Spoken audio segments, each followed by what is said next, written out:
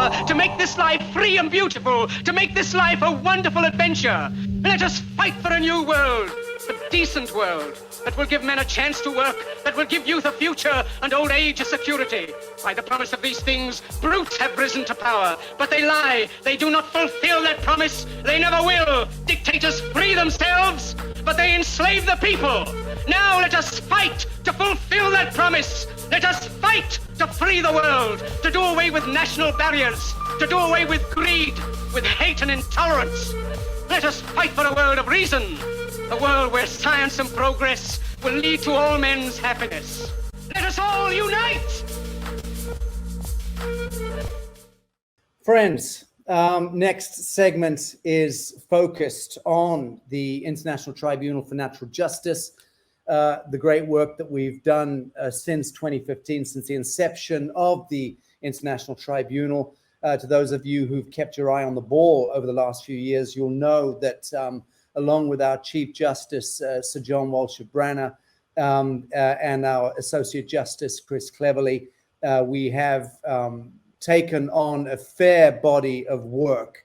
We've been joined today by a couple of our eminent trustees and commissioners, and we're going to also be discussing with very trusted and eminent friends the doctrine of discovery. As those of you who've been tracking my work for the last 20 years, you will know that the bugbear for me, the Achilles heel for me, has been the doctrine of discovery as it relates to the sacrifice of innocence, to the harvest of humanity. Because my work in peace activism and in intercultural, interfaith fellowship and restoration of natural justice and frontline political activism is all geared toward one aim. That's my dirty little secret, which is connected to redemption. And the redemption of the blood sacrifice that has occurred over the last half a millennia, the last 500 years or so, since the Vatican, the Catholic Church, the papacy issued Dum Diversus and the doctrines of discovery, which led to the murder, willful, systemic genocide of the black skin, brown skin, red skin, yellow skin peoples of the world. It's not something that's going to ever go away, friends, until we consciously redeem the song of our ancestors, the blood song. Each of us. And I'm not talking just here to the white-skinned people, because many of the souls inhabiting the red-skinned people, the black-skinned people today are the souls of conquestors, going back many centuries. You'll find that out if you speak to enough shaman, medicine men, and oracles, viziers within these First Nation peoples. There's a lot of wisdom there we can learn from. There's an interweaving and an interfolding of souls into this world. But the point is that redemption is critical. It's necessary. The reason why we've sleepwalked into COVIDiacy, into this insane valley of death over the last couple of years, is because we are a quintessential unconscious civilization. We have been asleep at the wheel. We have been enjoying the fruits of this bountiful, beautiful, earthly plane for centuries, with all of the delights that it offers us. But we've not yet paid attention collectively and oftentimes individually to the ancestral song, to the blood song, to the song of redemption, absolution, that each of us need to now consciously activate and participate in if we are to thread the camel through the eye of the needle, if we are to make it to solid shore. So that's why the International Tribunal was set up for the restoration of natural justice. It's done a great deal of work with the judicial commissions of inquiry into weaponization of the biosphere, into human trafficking and child sex abuse, into financial crimes. And I will just say here that we are looking to wind down the Judicial Commission of Inquiry into Human Trafficking and Child Sex Abuse in the course of the next few months. It might take as long as into next summer, but I rather suspect it'll be sooner than that.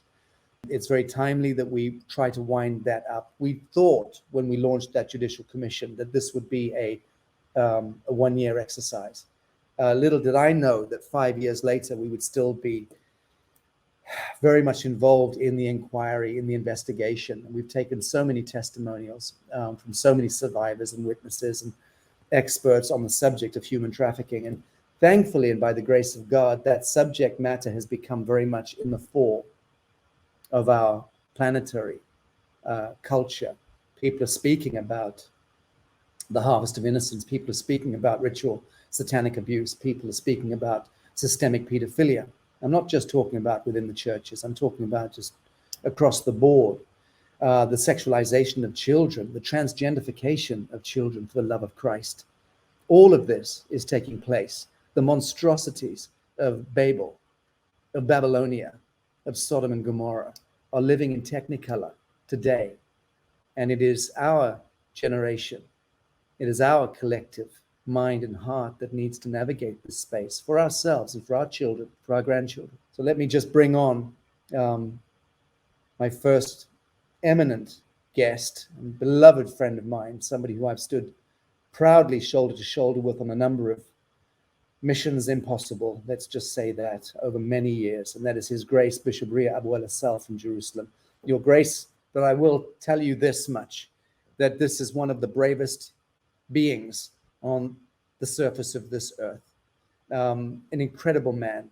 He spent decades dragging Yasser Arafat and whichever premier in Israel was inhabiting the Knesset as the leader. He was drawing them into private rooms and getting them to try to make peace in the Middle East. He's always maintained that peace will not come to humanity until peace comes to Jerusalem. And he's also the man, I will remind you, friends, who gave safe haven, safe harbor in his cathedral in Israel to Mordecai Vanunu, that very brave man who told the world about the nuclear bomb being built in Israel. And when the Israelis found out that Mordecai, who was one of their technicians, had become a whistleblower, they sent a kidnap team to Rome and snatched him off the streets of Rome. If you remember, those of you old enough will remember when Mordecai Vanunu was kidnapped in broad daylight in Rome. And he was bundled into a car by the special forces of Israel as they exfiltrated him back to Israel illegally, as per most of the activities of that corporate government. And what did he do? Scrawled on the window of his car a message. And that became very, very famous at the time. But when he was released from prison, Mordecai Vanunu made haste to Bishop Ria's cathedral, and Bishop Ria received him and gave him safe harbor there for a long time until the doors of the cathedral were kicked in and they managed to get Mordecai again. Anyway, that's a long story, but it's just one of the historic stories that Bishop Ria is responsible for. Let me bring him in here. Bishop Ria, can you hear me? Hello. Very, very happy to see you, Your Grace. How are you? I'm fine. Something happened with the computer. It's not, it got stuck. That's why I turned to the phone. Well, we're very, very happy to have you here, Your Grace, and thank you for joining us today. I was just extolling your virtues to my audience and speaking a little about your infamous past. But we're very happy to have you here. You're looking very, very well indeed. How are things on the ground in Nazareth? Well, things are, I would say, as far as the politics of the situation, we are in a mess. The present government has fallen down, and we're heading to a new election, most probably on the 25th of October of this year, which means we'll be having 4 parliamentary elections in less than 2 years. Whether the new election will work, nobody knows. As a result, politically speaking, we are in a mess. But before I proceed, certainly I want to thank you, Sacha, and all the team working with you for including me in this event, in this program. And I want to certainly greet all our good listeners, viewers, with peace, with salam, with pax, from a land that is not short of anything. In fact, even now we have oil and we have gas. We're not short of weapons and bullets. We're not short of even of atom bombs. We are short only of a most important factor in the life of communities. We don't have peace. We don't have real peace. Perhaps people would question me about the normalization of some Arab countries. What matters is peace within the country.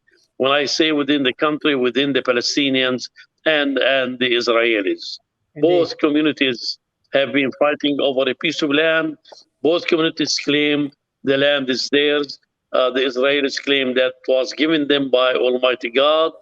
And the Palestinians continue to believe that we are also heirs of Abraham, and the land was given first and foremost to Abraham. And being descendants of Abraham, then we are entitled to share the land. Indeed, Bishop Before.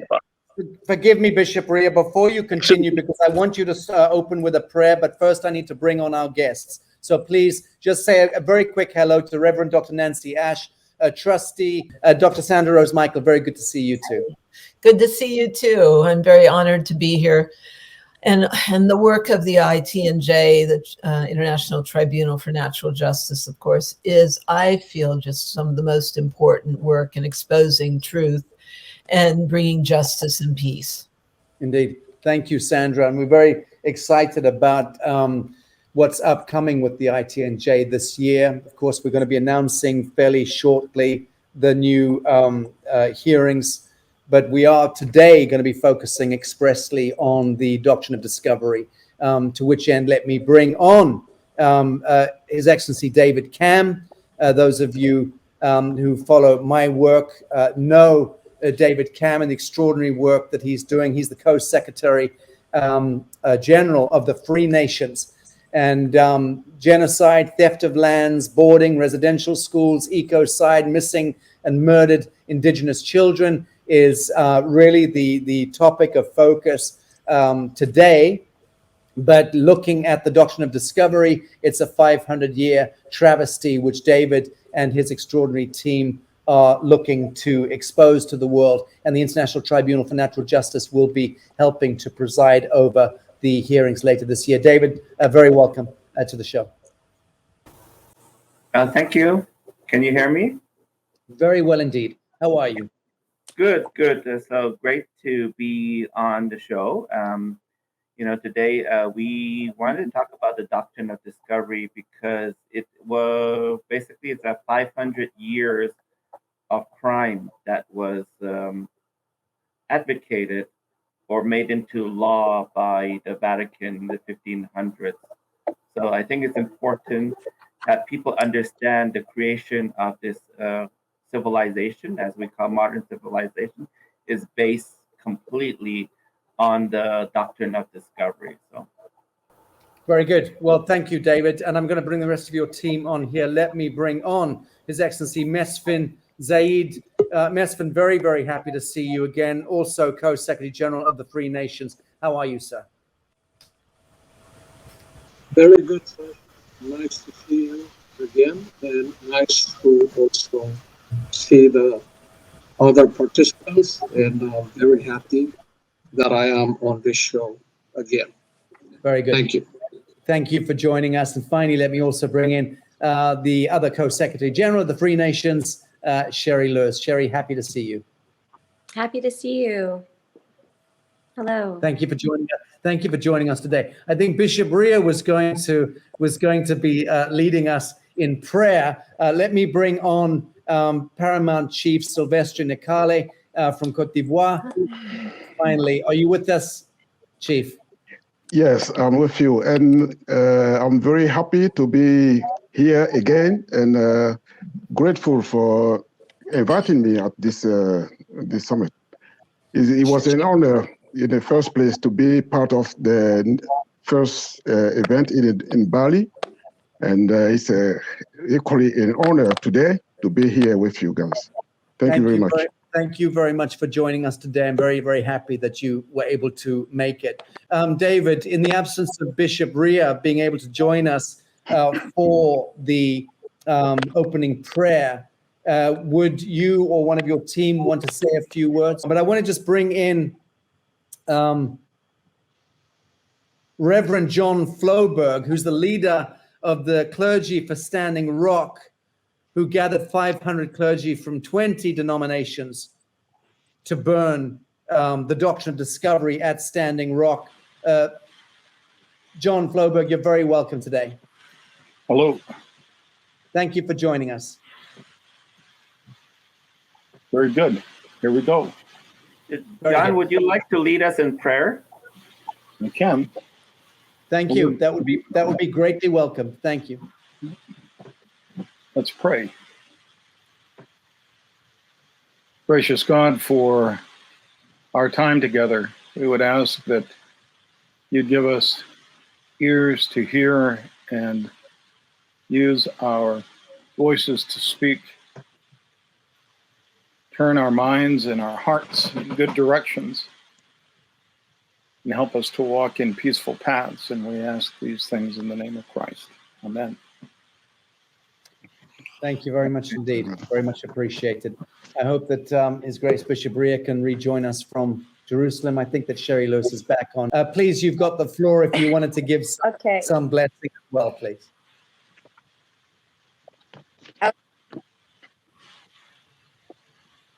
Well, yes, and John, so good to you, Father John. So good to see you.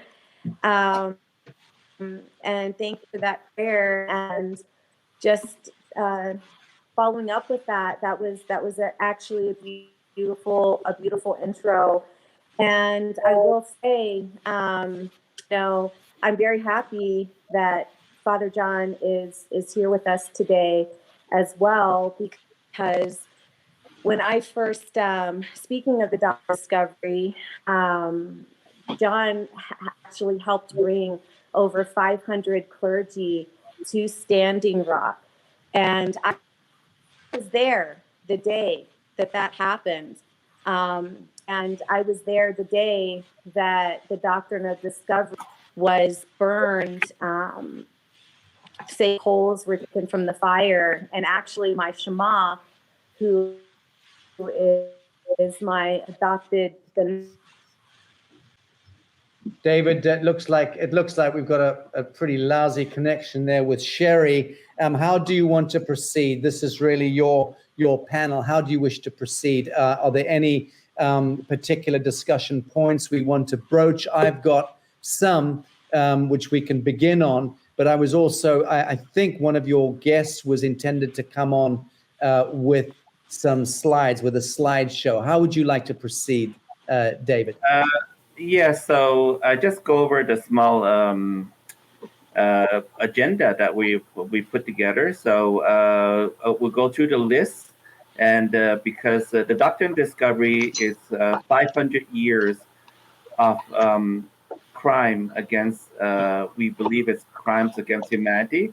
We're going to do an investigation on that. But, it's a really heavy subject. So we broke it down, this discussion, into different segments. The first segment is we're going to discuss about our commission. We're creating a Truth and Justice Commission to investigate the doctrine of discovery in 6 continents. So there'll be 6 commissions in 6 different continents, because it's a worldwide investigation that needs to be done and has never been done before. The second topic, we're talking about the Earth Tribunal. If there is enough evidence of wrongdoing, we're going to have international court hearing on this through the Earth Tribunal. Then the third subject we're going to talk about It is what is the doctrine of discovery itself, because a lot of people on this viewing this have never heard of it, but it's the potential genocide claims is an estimated 100 million people, is potentially bigger than the Holocaust. So that is discussed. What is the doctrine of discovery, and it's still active today, actively being used today. So we'll discuss about that's the third topic. The fourth topic is Johnson versus McIntosh, which is the main law in the U.S. that gives the rights of the U.S. government to expropriate or claim the indigenous land. We'll talk about that. And the fourth, we'll talk about the residential and boarding school situation and why it's related to doctrine of discovery. The fifth is indigenous land claims. And then the last thing we'll discuss it is a Christian perspective to the doctrine of discovery. Why the doctrine of discovery, it is contrary to the teachings of the Bible. So these are the discussion points. Anybody else want to add something else to that? Let me just call this up, the doctrine of discovery, a philosophical and legal framework first dating from the 15th century by which governments of nominally Christian nations sought to legitimize the invasions and domination of indigenous people and seizure of their lands, codified through papal bulls, royal charters, and even US Supreme Court cases. I thought that was a pretty good breakdown of what it is we're dealing with. But then, of course, there's also Dum Diversus, which is the sacking of the pagans and the Saracens, and people forget about that. And that's a piece as well that needs to be brought into the equation. But yes, indeed, let's open the floor to anyone else on the panel who would like to speak to this. I rather suspect Chief Nakale might have something to say about the Vatican conspirators over the last 500 years. Chief Silvestri. Yes, pretty much. It's quite sad event because the brothers in America, like the Amerindian, and what they've been through, is something similar to what the African continent has been through. And but we maybe see the things a bit differently because we know that we knew before it happened to us, since ancient Egypt failed, we understood that the energy was changing. Then it was favorable for everything that happened to us. And at the time, things will change again. So we knew that after 2,165 years, we are getting into a new cycle, and things were going to change. And we are now in Aquarius cycle, which is a very favorable time for us to come back to the spirituality, because our way of life has always been something different from the colonial way of life, because we spiritual people, as the American Indian also. And what we are right now doing is that we are trying to change things, make things happen, because we know that higher laws govern lowest laws. Therefore, the astral law governs the physical law. So anything that happened to us on a physical level, we can still reach the astral level, the 4 dimension, and repair everything. You know that in the astral level, there is no past, there is no future, everything is in the present. So, and you can see clearly what's going to happen in a 6 months time or 7 years time. You can see it clearly on the astral level, on the 4 dimension. So we are in a period of time where things are happening. even though they try to change their way by using paracetamol in Africa to give, I mean, put those young people into a situation where they turn into gay. They want to be, I mean, we know that, but it's not going to happen. It's not going to affect us much because we can still repair it. Today, with the energy that is coming with the Aquarius cycle, the lighter energy, because we know that through some ritual, magical of the feather, we call it, is through the power of an animal, a bird that is called Benu. The French call it phoenix, but you know that it's a mythological bird that has the ability to consume itself and rise naturally from its ashes. We have those rituals that with those rituals we can recreate realities. We can change things happening.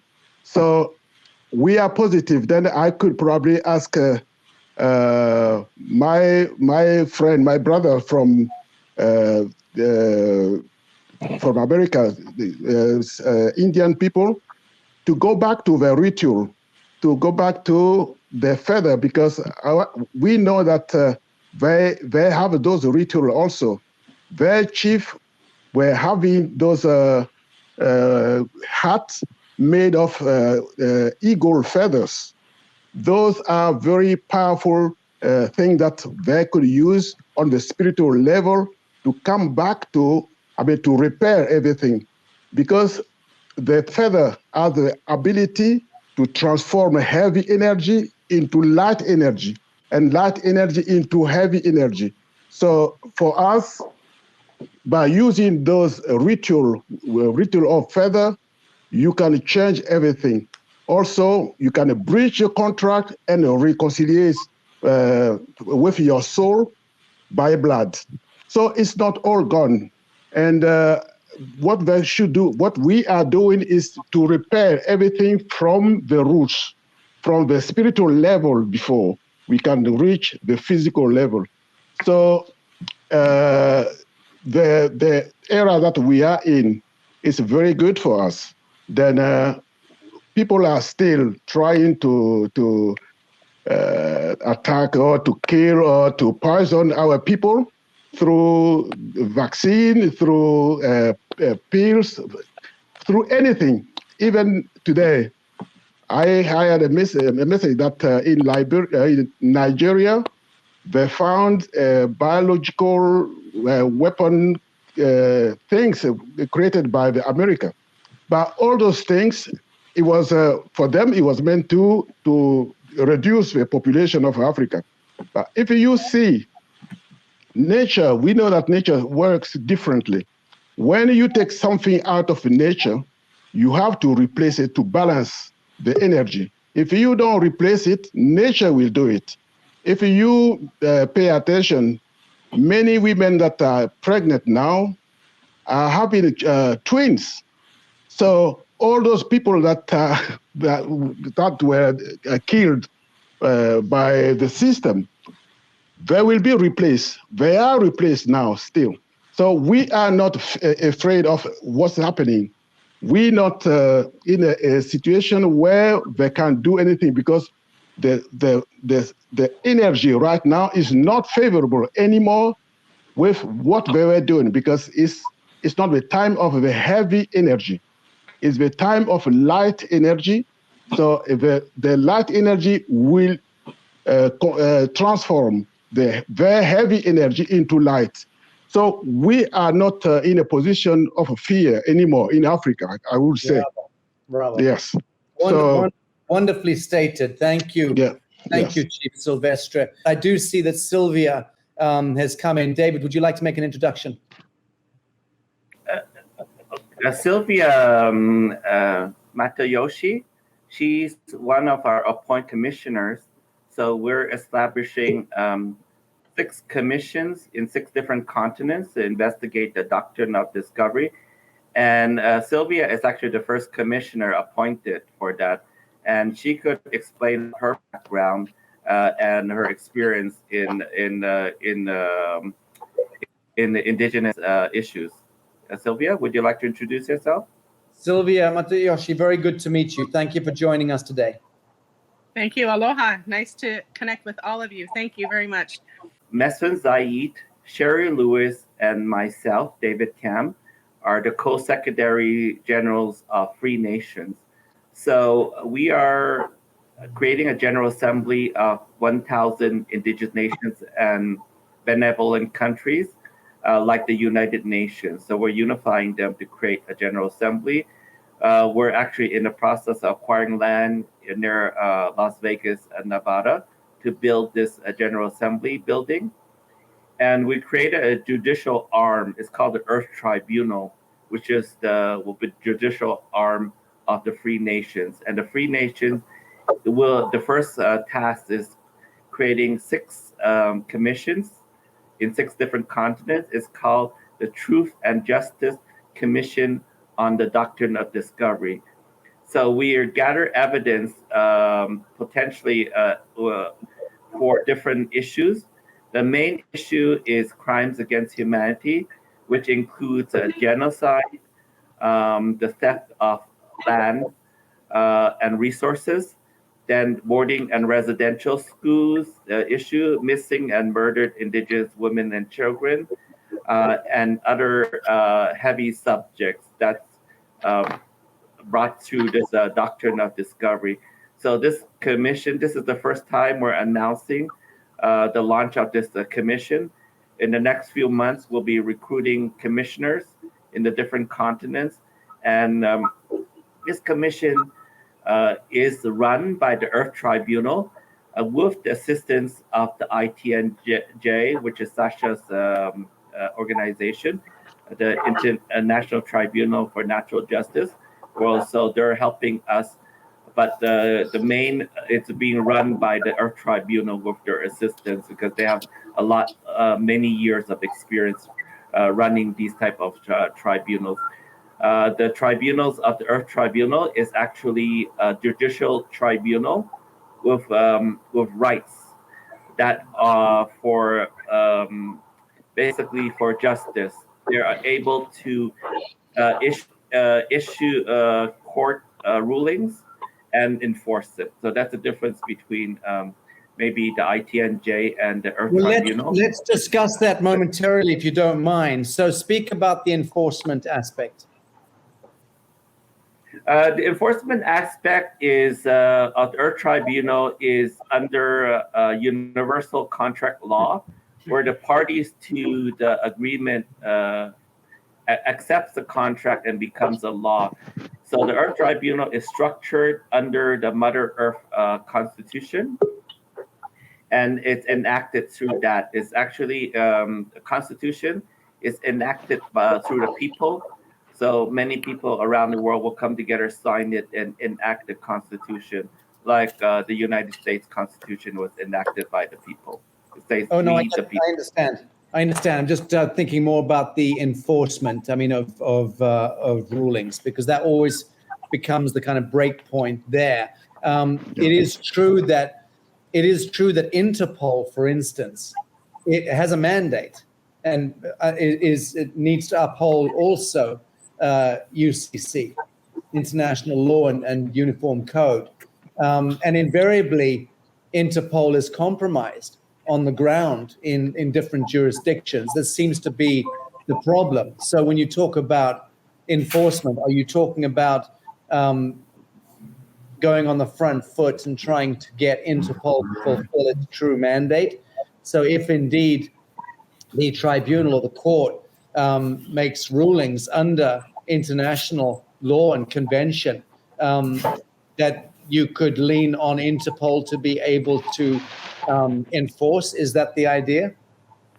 Actually, just a good example, indigenous courts, Native American courts actually run parallel to the existing court system. So they could, example, issue legal claims or legal instruments the same as the American courts. So it's the same type of structure. Interpol is supposed to be a neutral body that exercises these court orders, but we haven't gone down that rabbit hole yet, you know. So. Okay, very good, very good. All right, let's see if Bishop Ria rejoined us. Your Grace, can you hear me now? Yes. Oh, very good. Well, we're sorry we lost you a little earlier. John Floberg very kindly gave us a blessing in prayer and kicked off the session. But as you are our Commissioner for Truth and Reconciliation, Your Grace, you'll understand the importance of the doctrine of discovery. A few years ago, if you recall, Your Grace, I reached out to you on behalf of some of the First Nation peoples who were trying to get some kind of remedy and seeking an audience with the Pope, but certainly wanting to be received formally at the Vatican because they wanted to turn over or rescind or redact the moniker Homo animalis, which is still in canon law that describes the black skin, brown skin, red skin, yellow skin peoples of the world, are still described as subhuman in canon law today. And we were seeking at that time to get that redacted or whatever the formality is. Do you recall that, Your Grace? Yes, I do, and I tried my best to reach the Vatican. Met with the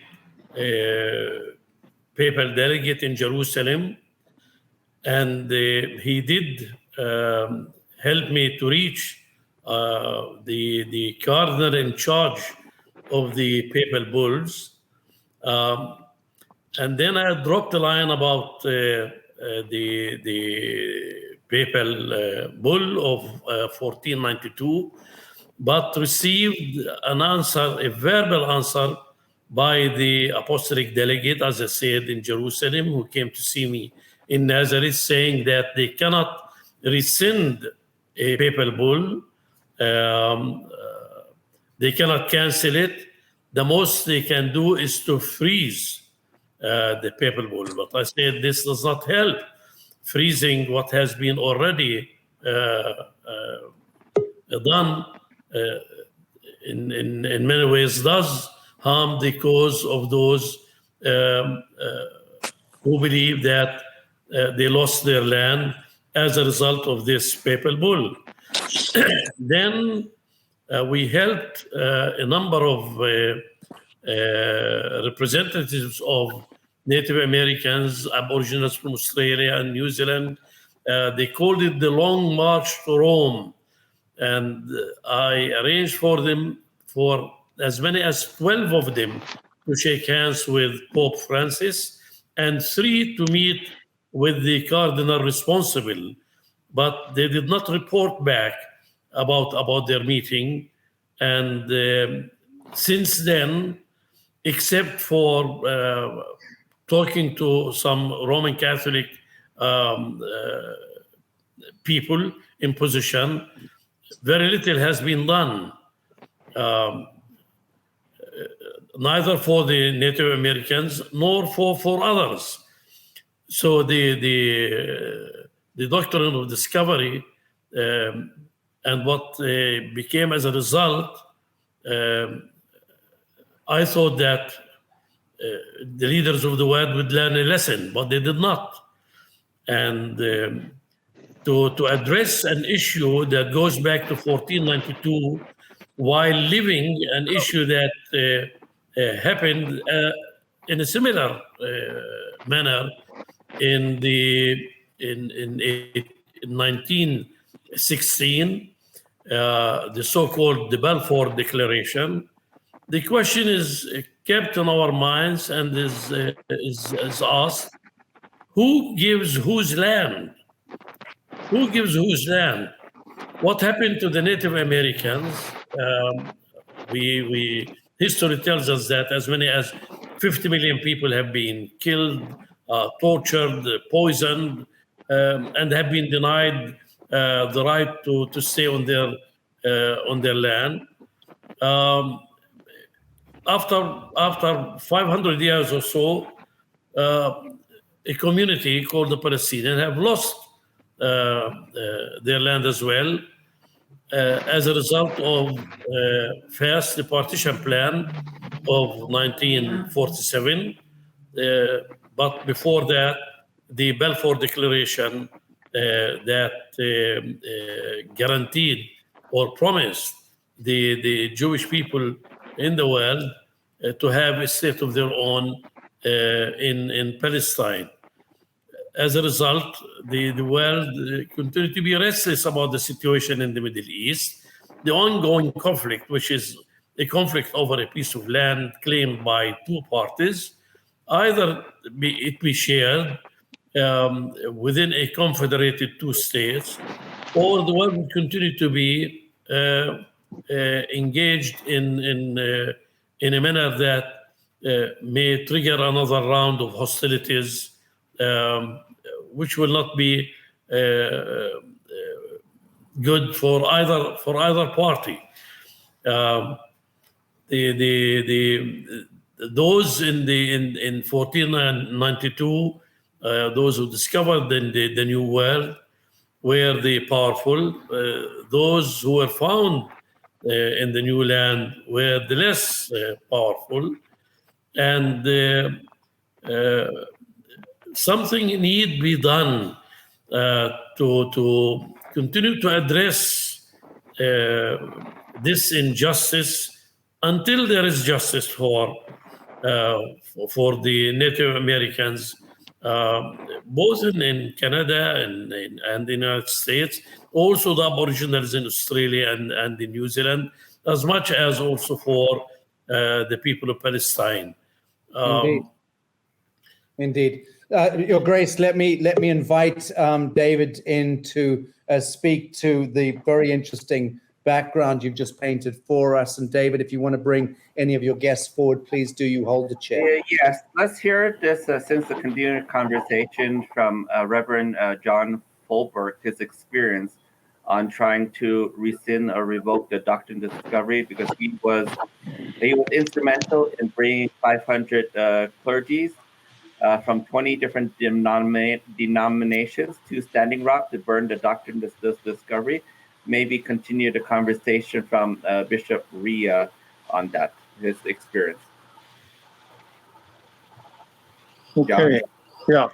So the Episcopal Church in the United States is the first of the mainline or major denominations to have renounced the doctrine of discovery.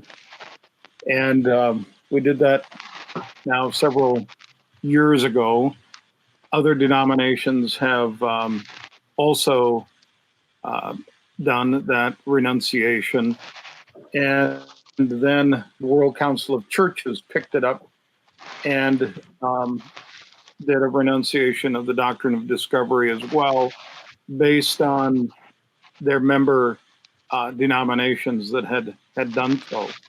And so in the fall of 2016, when we called for clergy to come to Standing Rock, it was the World Council of Churches statement that was a common statement then for many of the Christian denominations that had clergy coming on that November 3rd date, that we used primarily that renunciation as a common one.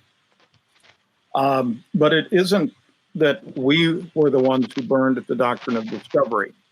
What we did was we renounced it, which means that we took for ourselves the power out of it, and handed it over to the elders who were gathered in the Ochete Shikoi camp for them to do with that doctrine as they would. And the elders that had gathered there that day determined that what they would like to do with it was to burn it. One of the interesting things that happened at that point was trying to figure out where it would be burned, because there was a sacred fire in that camp that had been burning since the earlier part in the summer when the camp was established. We thought maybe it would be burned there, but the keepers of that fire said no, that fire was too sacred of a thing to burn that paper in. And so we got a hold of a large can and put the paper into that and then burned it. Now, one of the things that many Christian denominations have been wrestling with since the repudiation of the doctrine of discovery by their own denominations is, now what do we do with that? What does it mean to have repudiated? What are the next steps? And so a half a generation later, if a generation is 30 years old, a half a generation later now, we're still working on what does that mean for us to have repudiated it. And for some, what the repudiation of the doctrine of discovery has meant is that the Christian church removes itself from being in and among indigenous peoples. And that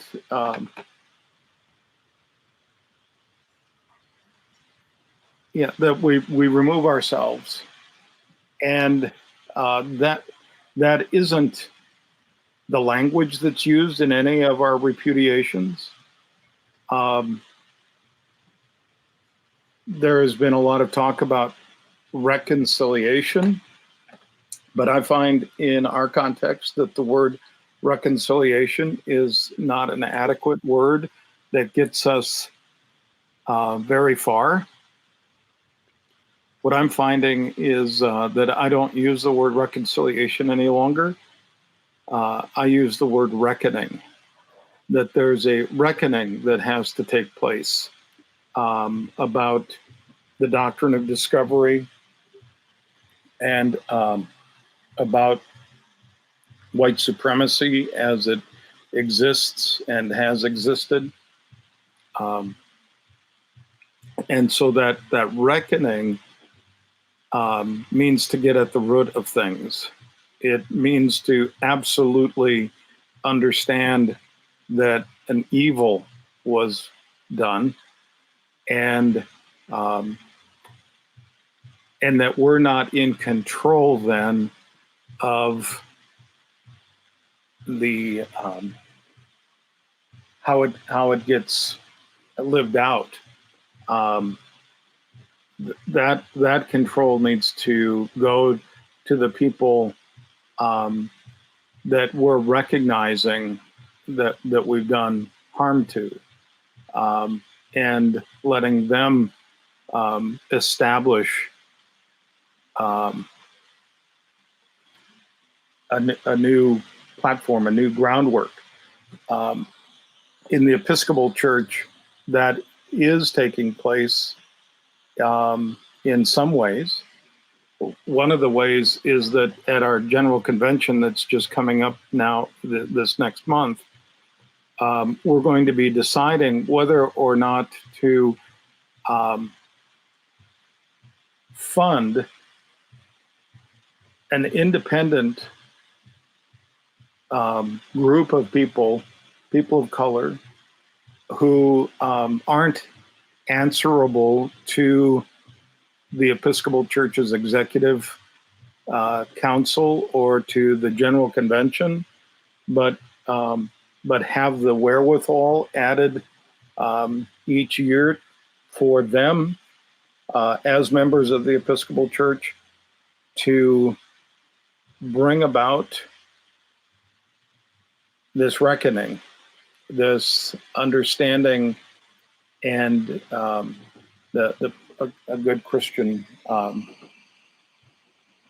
concept or theology is what does repentance look like? So,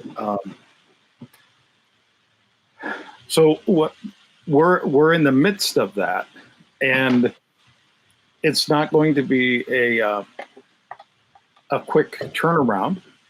It's not going to be this is a generational thing, and we see it being passed on oftentimes in historic trauma among all people who are interconnected into this. Historic trauma is a thing that goes on generationally, as if the offending thing just took place. So here on Standing Rock, we look to June the 25th, 1876, as a very significant day in history. It was the day that the Lakota, Dakota, and the Cheyenne defeated Custer's regiment out in the Greasy Grass, the eastern part of Montana, present-day Montana. And when word got back to Bismarck, North Dakota, some days later, just after the celebration of the United States centennial, the telegraph was opened up for several days for stories to be sent throughout the United States about what had taken place at Greasy Grass, otherwise known as the Battle of the Little Bighorn. And I'm one of those people who's convinced that those stories, as they came off the river, the Missouri River there in Bismarck, and went up into the community, up to the publishers of the Bismarck Tribune, and all of that, that caused